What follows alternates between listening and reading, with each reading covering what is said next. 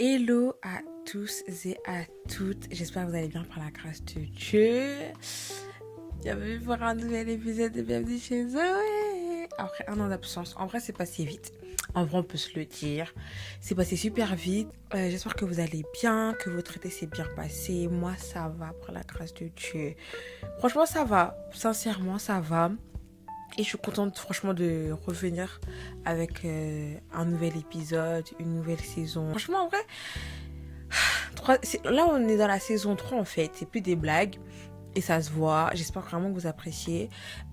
Pour ce petit retour, cet épisode de retour, j'ai eu à cœur de vous parler, j'ai eu à cœur plutôt de vous partager 5 leçons. Pourquoi 5 leçons? Parce que le jour où vous verrez cet épisode, nous serons le 28 août 2026. C'est-à-dire le 5e anniversaire, mon 5e anniversaire de baptême, 5 ans que j'ai donné ma vie à Jésus-Christ, 5 ans que je l'ai accepté comme Seigneur et Sauveur, 5 ans de relation, 5 ans. Ça fait beaucoup de relations là. Ouh là là, ça commence à faire beaucoup d'années de relations. Et j'avais à cœur de vous partager du coup 5 leçons que j'ai apprises, une par année, vous l'avez compris. Et on y va, c'est parti, je vais beaucoup parler. On y va, let's go. Si vous voyez que je regarde beaucoup mon téléphone, c'est normal. C'est parce que j'ai littéralement... Attendez, je vais vous montrer. J'ai littéralement toutes... désolée. J'ai littéralement, pardon, je disais, toutes les leçons sur mon téléphone. Je vais vous les montrer. Ouais, j'ai littéralement toutes les leçons là. Du coup, si vous voyez que je regarde mon téléphone, c'est totalement normal. Je check juste un peu les leçons que j'ai écrites pour les dire dans l'ordre. Et voilà. Du coup, la première leçon que j'ai apprise et que j'aimerais partager avec vous, ça a été que Dieu ne ment jamais. Pourquoi Dieu ne ment jamais? Parce qu'il est Dieu. Bref, non, je rigole. Pour de vrai, pourquoi ma première leçon a été que Dieu ne ment jamais? C'est parce que cette première année, elle a été forte. Franchement, elle a été forte en émotion. Oh, pardon. Forte en émotion, forte en tout. Je pourrais même pas tout citer parce que ça a été vraiment fort en tout. Ça n'a pas été une première année facile, franchement.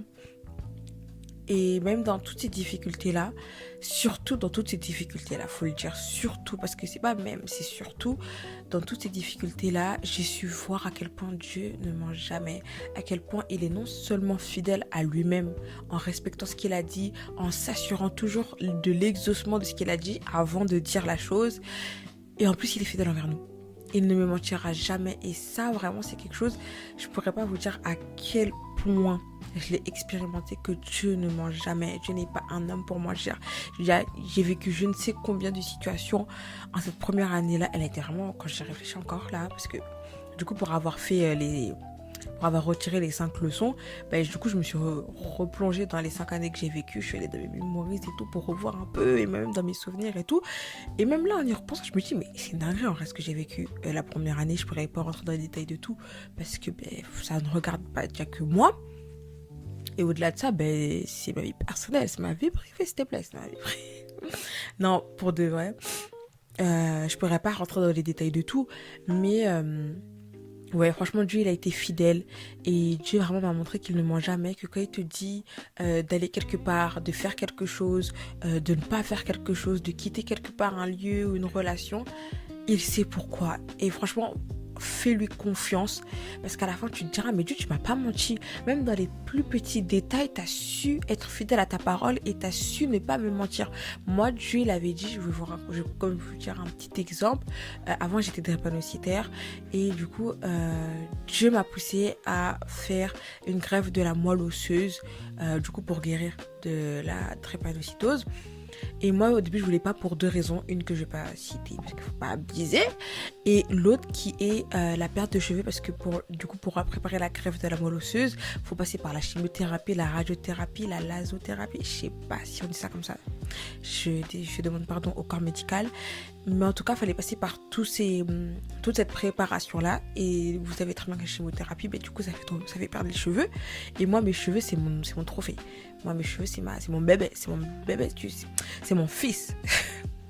C'est bon, c'est mon... j'aime trop mes cheveux. Et mon cauchemar, c'était qu'ils repoussent, mais comme des cheveux de caucasien, parce que j'avais vu plein de témoignages, et même, je pourrais pas dire les prénoms, parce qu'il faut pas abuser, mais même une femme et tout, qui me suivait par rapport à mon suivi psychologique après la greffe et tout, elle m'avait dit que elle, ses cheveux, ils avaient repoussé c'était des cheveux de caucasien, quand elle faisait des tresses, elle est noire comme moi, quand elle faisait des tresses et tout, ça tenait pas, parce que ça avait poussé caucasien. Je vais dire, voilà. Mais voilà, c'était devenu des cheveux caucasiens. Voilà. Et moi, c'était mon cauchemar. J'avais dit, Seigneur, moi, je veux pas faire à cause de la première raison. Et en plus, à cause de mes cheveux, faut... S'il te plaît, franchement, la perte de poids, si, ça, je m'en fous un peu, Seigneur. Mais alors, mes cheveux, tu sais très bien comment c'est mon bébé, c'est mon trophée, c'est ma fierté. Mes cheveux, ils sont magnifiques, je veux pas les perdre.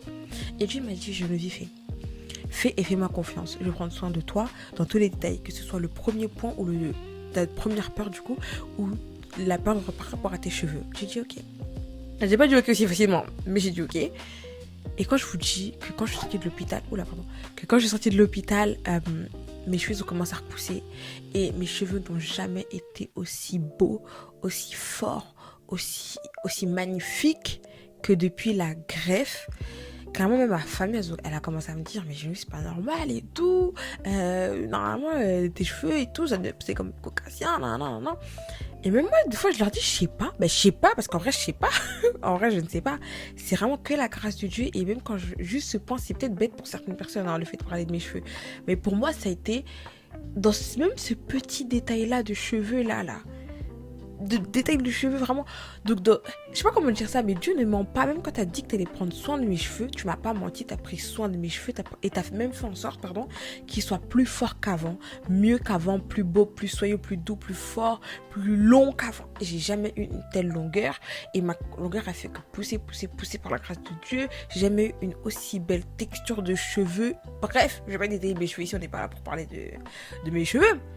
Mais pour vous dire que même dans ce petit détail-là de cheveux, Dieu a su prendre soin de moi et a su rester fidèle à sa parole. Il a dit qu'il allait le faire, qu'il allait prendre soin de mes cheveux, que j'avais pas à m'inquiéter de mes cheveux.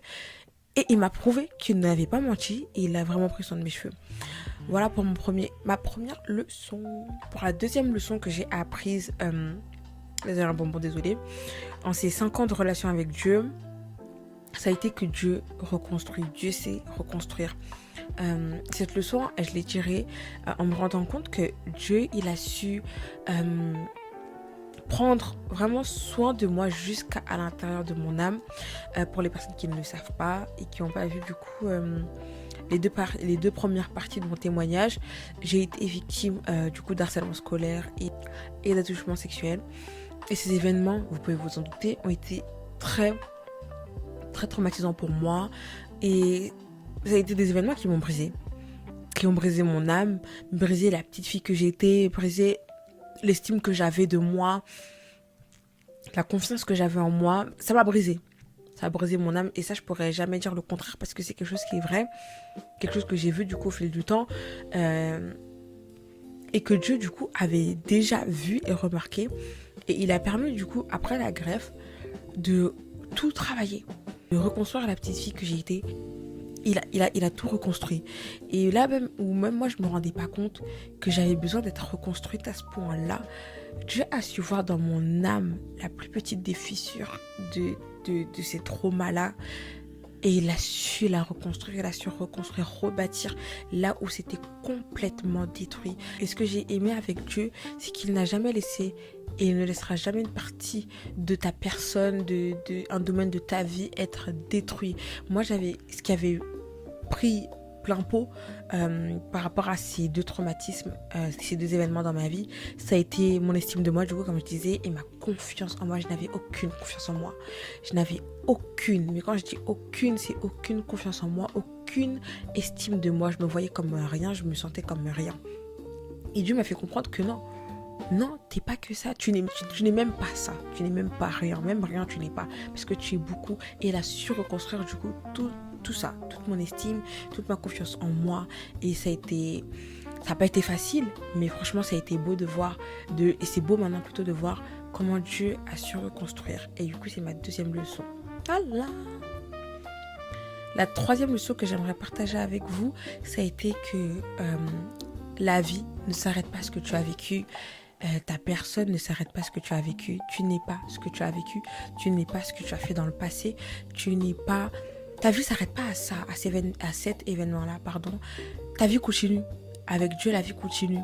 Et c'est vraiment après, du coup, plutôt pendant ce processus de reconstruction que Dieu m'a fait comprendre, Geneviève, je suis d'accord avec toi, tu as vécu de l'harcèlement scolaire. Je suis d'accord avec toi, tu as vécu des attouchements sexuels. Maintenant, est-ce que ta vie s'arrête à là? Parce que moi, je vois pas que ta vie s'arrête à là. Là, c'est toi qui es en train de te mettre dans une bulle, de t'enfermer dans une espèce de sphère où toi-même, tu es en train de mettre fin à ta vie. Parce que toutes tes pensées sont focalisées sur ça. Tu te limites toi-même. Tu te mets des barrières à toi-même. Tu ne vis pas, tu ne vis plus. Et ce n'est pas normal parce que ta vie ne s'arrête pas qu'à ça. Certes, c'est dur. Certes, c'est difficile. C'est traumatisant. Et je le comprends. Vraiment, tout ça, c'est Dieu qui me l'a vraiment m'a fait comprendre ça, qui comprenait tout ce que je vivais, la douleur que ça avait causé en moi, les traumatismes, etc. Mais il me disait que ma vie ne s'arrête pas là. Que je ne devais pas arrêter de vivre parce que j'avais vécu ça. Et je ne me rendais même pas compte que j'étais en train de m'empêcher de vivre à cause de ces événements. Que c'est le Seigneur qui a dû me dire « Ouh là là, Geneviève, ta vie ne s'arrête pas à là, arrête de t'empêcher de vivre. Parce que tu as vécu ça, parce que si, parce que ça. » Et Dieu a permis que du coup je puisse apprendre à vivre au-delà de ça. Me dire oui, tu as vécu ça, Geneviève, mais ta vie ne s'arrête pas là. C'est pas pour autant que tu dois tout le temps avoir des pensées limitantes. C'est pas pour autant que tu dois t'enfermer dans une bulle, que tu dois t'empêcher d'être épanoui. Non, j'ai le droit d'être épanoui, je mérite d'être épanoui. C'est pas parce que quelqu'un a estimé que je ne valais rien pour faire ci, pour faire ça, pour me parler comme ci, pour me parler comme ça, que moi je dois accepter ça. Pas du tout. Ah mais pas du tout. Et ça vraiment c'est le Seigneur qui me l'a fait comprendre, qui m'a dit que ben non, moi je te vois plus que ça, parce que tu es plus que ça. La quatrième leçon que j'aimerais partager avec vous, c'est écoute ton cœur. Alors cette leçon, même à moi, elle m'a beaucoup coûté parce que ça m'a pris du temps à comprendre que mon cœur, mon âme, parce que vous aimez bien les lourds mots, donc je vais dire mon âme parce que mon cœur, vous allez voir ça comme les sentiments et tout, alors que je parle vraiment de l'âme en tant que telle, ton être intérieur. C'est avec toute la sincérité du monde, avec toute l'honnêteté du monde, pas plus que Dieu, mais en tout cas, elle sait beaucoup, plus ce qui est bon pour toi que toi, ta chair. Parce que ta chair, elle va regarder à ce qui frappe à l'œil, elle va regarder à ce qui semble agréable à la vue, ce qui semble beau, ce qui semble... Ouais, qui donne envie en vrai. Alors que ton âme, au plus profond de toi, l'être intérieur que tu es, c'est que non, Geneviève, t'as pas besoin de ça. Tu dois pas être dans ce lieu-là, tu dois pas être avec cette personne-là, tu dois pas faire ceci, tu dois faire cela, tu dois non. Et des fois, c'est difficile d'écouter son âme parce que tu te dis, mais non, c'est beau, c'est trop bien d'être ici, c'est trop bien de faire ça, c'est trop bien d'être avec un tel et tout, non. Sans prendre en compte qu'en fait, ton homme intérieur, ton âme te connaît mieux que toi-même, plus que toi-même. Étant donné que c'est ton homme intérieur. Et des fois, on ne se rend même pas compte à quel point on se fout dans des situations pas possibles. Et après, on est là, oui, mais Dieu t'aurait dû me dire, non. Des fois, il faut arrêter de mélanger toi avec Dieu. Des fois, c'est pas une question de Dieu. Des fois, c'est une question de toi-même qui a la réponse au fond de toi. Est-ce que tu décides de t'écouter ou de ne pas t'écouter? Des fois, il faut arrêter de mettre Dieu dedans, de dire que Dieu, pourquoi tu m'as pas dit? Dieu n'a pas... Il faut arrêter de mettre Dieu. Il faut arrêter. Certes, Dieu, il est bon et il nous prévient de certaines choses, mais moi, je crois que le fait de nous parler au travers de notre homme intérieur, la manière que Dieu utilise aussi pour nous parler. Mais si déjà on ne sait pas nous écouter nous-mêmes, écouter notre homme intérieur parce que ça semble trop beau, quand tu regardes avec les yeux de la chair, vraiment, ça frappe à l'œil, tu te dis, purée, non, c'est trop bien et tout, non. Ben, il ne faudra pas mettre tout sur la faute de Dieu. Tout n'est pas de la faute de Dieu. Dieu n'est pas le responsable de tous nos malheurs. Des fois, on se met dans des situations parce qu'on n'a pas su s'écouter. On avait les réponses au fond de nous, mais on a préféré regarder à ce qui frappe à l'œil, regarder à ce qui est agréable à la chair, au lieu de tout simplement se faire confiance et s'écouter pour son bien-être personnel. La cinquième leçon que j'aimerais partager avec vous, c'est la dernière que j'ai vécue du coup tout au long de cette dernière année où j'étais pas là. Désolée. Ça a été, c'est plutôt parce que c'est toujours au présent, que la restauration de tes blessures intérieures est importante pour Dieu. Ce que j'ai compris, c'est que avoir pardonné, être passé à autre chose, avoir appris à vivre au-delà de ce qu'on a vécu, c'est pas ça la vraie restauration. La vraie restauration, c'est quand, en tout cas la totale restauration, si je te rends compte que cet événement m'a impacté comme ceci, comme cela. Et moi, je voyais pas tout ça. Je me disais, je suis juste comme ça, je suis juste comme ci, je suis juste comme ça. Alors que pas du tout. La Génovie que Dieu a créée n'est pas comme ça, n'était pas comme ça. Elle n'est pas comme ça. Elle n'est pas comme celle que j'étais il y a 1 an, celle que j'étais il y a 2 ans. Mais j'imagine même pas, je devais être... Moi-même, je le dis, des fois à mes copines et tout, à mes sœurs, je le dis, j'étais un cauchemar. Et moi-même, comment je suis devenue, je suis pas parfaite, loin de là, et je suis pas totalement restaurée, et personne ne sera jamais totalement restauré. C'est un processus qui prend toute une vie. Cependant, avec du recul, moi je me dis, mais comment vous m'avez côtoyé, mes sœurs, comment vous avez fait? Je devais être insupportable. J'avais aucune maturité émotionnelle, intelligence émotionnelle, j'avais rien du tout, parce que j'étais dans mon truc et je me persuadais que j'étais comme ça, alors qu'en fait non, c'était les traits de caractère que j'avais tirés de ces traumas-là, qui s'étaient développés avec ces traumas-là. Et Dieu a pris le temps de me restaurer. Il a pris le temps de faire une grosse pause dans ma vie, toute l'année dernière, et de tout mettre en pause, que ce soit bien chez eux ou dans ma vie personnelle, etc. De tout mettre en pause pour me dire, ok, là Geneviève, je veux t'apprendre que tu as besoin que de toi. Pas parce que tu as peur qu'on t'abandonne, mais parce que tu te suffis à toi-même. Et t'apprendre que tu n'as besoin aussi que de moi. Et c'est comme ça que toute l'année dernière, Dieu a commencé à travailler mon cœur. Travailler mon esprit, travailler ma chair. Ça a été difficile, j'ai pleuré, j'ai déprimé total. Pour le coup, j'ai déprimé total, j'ai pleuré, Mais finalement, je me suis rendu compte que en fait, je me connaissais pas. Je savais pas qui j'étais. Je m'empêchais de vivre comme je me rendais pas compte. J'étais un poison pour moi-même et d'une toxicité même pour mes sœurs, pour mes parents, pour ma famille, mes proches tout court et même pour moi-même. Parce que j'étais pas guérie. Et je le répéterai sans cesse, une personne qui n'est pas guérie ne fera que blesser autour d'elle, que déverser son sang, son venin sur les autres. Et c'est ce que je faisais parce que j'avais des plaies qui saignaient. Et au lieu de les penser, de prendre le temps de les penser, de les guérir, mais ça coulait, c'était une plaie ouverte, donc le sang il coule, et je mettais du sang partout, et ça faisait que de surinfecter, au lieu de prendre le temps de les guérir, de comprendre pourquoi c'est pas fermé, pourquoi c'est pas guéri cette blessure, pourquoi elle n'est pas restaurée, etc. Je prenais pas ce temps-là parce que j'avais même pas conscience de tout ça là, que ça saignait autant, que c'était autant des plaies ouvertes. Et je remercierai jamais assez Dieu pour les personnes qu'il a placées autour de moi, parce que même si c'était un temps que j'ai passé seule, où j'ai dû apprendre à me connaître, apprendre à réellement m'aimer, ça a été vraiment un temps que j'ai trop aimé. Franchement, j'ai trop aimé. Sur le coup, il y avait plein d'incompréhensions que j'avais, plein de questionnements que j'avais. Et Dieu, il n'a pas répondu encore à toutes mes questions. Mais il y a plein de trucs que je me dis, mais Dieu, merci, tu m'as fait ça. Parce que franchement, c'était pas possible. Vraiment, c'était pas possible. Mais ouais, et je remercierai jamais assez Dieu pour tout ce travail qu'il a fait, pour toutes les personnes qu'il a placées autour de moi. Et quand je dis les personnes, je parle de ma mère, je parle de mes sœurs, je parle de plein de personnes, je vais pas citer tout le monde parce que voilà, mais plein de personnes qui sont chères à mon cœur et que Dieu a su passer. C'était pas des personnes qui devaient être là tout le long, mais chacune des personnes a su être là ponctuellement au moment où il fallait.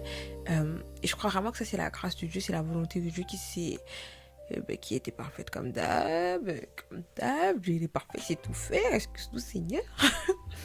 Non, pour de vrai, il a vraiment tellement tout bien orchestré que c'était tellement beau à voir. Franchement, d'un point de vue... Maintenant, beau à voir quand t'es sorti de là, parce que quand t'es encore dedans, il n'y a rien qui est beau. Mais ouais, je suis tellement contente de ce que Dieu il a fait. Et si je pouvais donner une dernière leçon, permettez-moi s'il vous plaît. Je sais que c'est que 5 leçons, mais vas-y, je vous en donne une dernière. En vrai, c'est bien d'en avoir plein, non? C'est bien d'en avoir plein, en vrai. Ça fait longtemps qu'on s'est pas vu, permettez-moi s'il vous plaît. La dernière leçon que je donnerais, c'est à chaque fois que tu as des larmes pour pleurer, Dieu aura toujours un mouchoir pour sécher tes larmes. À chaque fois que tu auras un doute, Dieu aura toujours les bons mots pour te rassurer. Ça paraît un peu poétique comme ça, je sais, merci. Mais c'est vraiment une phrase, des phrases plutôt, qui viennent du plus profond de mon cœur parce que je n'ai jamais trop pleuré dans la présence de Dieu sans avoir un réconfort, un mot, un mouchoir de la part de Dieu pour sécher mes larmes. Je n'ai jamais trop pleuré sur l'épaule de Dieu et n'avoir jamais senti de soutien. Je n'ai jamais trop douté dans la présence de Dieu et n'avoir jamais été rassurée d'une telle manière. Vraiment, durant ces 5 ans, je peux vous dire que j'ai versé des larmes. J'ai vécu plein de petits événements, bons comme mauvais, qui m'ont tous appris. Et ça a été des larmes de tristesse, des larmes de joie, des moments de gaieté, des moments vraiment difficiles. Et à chaque instant, je n'ai jamais cessé de voir à quel point Dieu m'aimait parce qu'il ne m'a jamais laissé pleurer à ses pieds sans étendre sa main pour sécher mes larmes, essuyer mes larmes. Il ne m'a jamais laissé douter à ses pieds et me laisser juste douter comme ça, vas-y tu te débrouilles et puis basta. Non, il a toujours, mais quand je vous dis toujours envoyé un mot d'encouragement pour me rassurer, pour me faire du bien, pour me consoler pour tout. Il a toujours su être là pour moi, m'aimer, me rassurer. Et ça, je peux pas finir cette vidéo sans dire ça et sans dire merci à Dieu parce que pour être présent, franchement, lui il est présent pour être présent, pour combler tout ce vide que j'ai pu avoir dans mon cœur pendant toutes ces années.